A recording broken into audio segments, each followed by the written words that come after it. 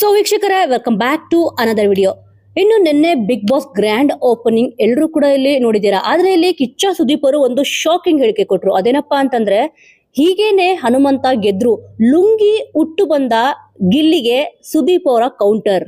ನಟರಾಜ್ ಎಂಬುದು ಗಿಲ್ಲಿ ನಟನ ನಿಜವಾದ ಹೆಸರು. ಅವರು ಹುಟ್ಟಿ ಬೆಳೆದಿದ್ದು ಮಂಡ್ಯ ಜಿಲ್ಲೆಯ ಮಳವಳ್ಳಿಯ ಹಳ್ಳಿಯಲ್ಲಿ. ನಟರಾಜ್ ಅವರಿಗೆ ರೈತಾಪಿ ಕುಟುಂಬದ ಹಿನ್ನೆಲೆಯೂ ಕೂಡ ಇದೆ. ಅವರು SSLC ಪಾಸ್ ಮಾಡಿ ನಂತರ ITI ಓದಿದರು.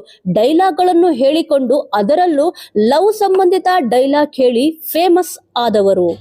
ಸದ್ಯ ಈಗ ಗಿಲ್ಲಿ ನಟ ಅವರು ಬಿಗ್ ಬಾಸ್ ಕನ್ನಡ ಸೀಸನ್ 12ಕ್ಕೆ ಎಂಟ್ರಿ ಕೊಟ್ಟಿದ್ದಾರೆ. ಹಾಸ್ಯ ಪಾತ್ರಗಳ ಮೂಲಕ ಗಮನ ಸೆಳೆದ ಅವರು ಈಗ ದೊಡ್ಡ ಮನೆಗೆ ಅತಿಥಿಯಾಗಿದ್ದಾರೆ. ಅವರು ಈ ವೇದಿಕೆಯ ಮೂಲಕ ಸಾಕಷ್ಟು ಜನಪ್ರಿಯತೆ ಪಡೆಯುವ ನಿರೀಕ್ಷೆಯನ್ನು ಇಟ್ಟುಕೊಂಡಿದ್ದಾರೆ. ಅವರ ಹಿನ್ನೆಲೆ ಬಗ್ಗೆ, ಅವರು ಮಾಡಿದ ಶೋಗಳ ಬಗ್ಗೆ ಈ ಒಂದು ವಿಡಿಯೋದಲ್ಲಿ ಸಂಪೂರ್ಣವಾದ ವಿವರವನ್ನು ನೋಡೋಣ.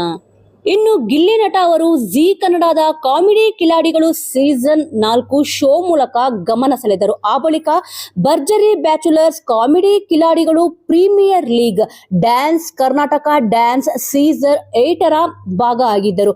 ಇತ್ತೀಚೆಗೆ ಪ್ರಸಾರ ಕಂಡ ಕಲರ್ಸ್ ಕನ್ನಡದ ಕ್ವಾಟ್ಲೆ ಕಿಚನ್ ಶೋನಲ್ಲೂ ಗಿಲ್ಲಿ ನಟ ಅವರು ಕಾಣಿಸಿಕೊಂಡಿದ್ದಾರೆ.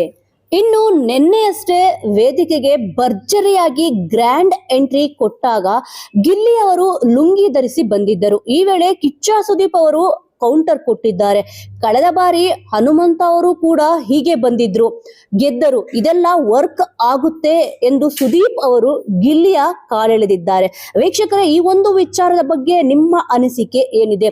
ಇನ್ನು ಬಿಗ್ ಬಾಸ್ ಸೀಸನ್ 11ರ ವಿನ್ನರ್ ಹನುಮಂತ ಅವರು.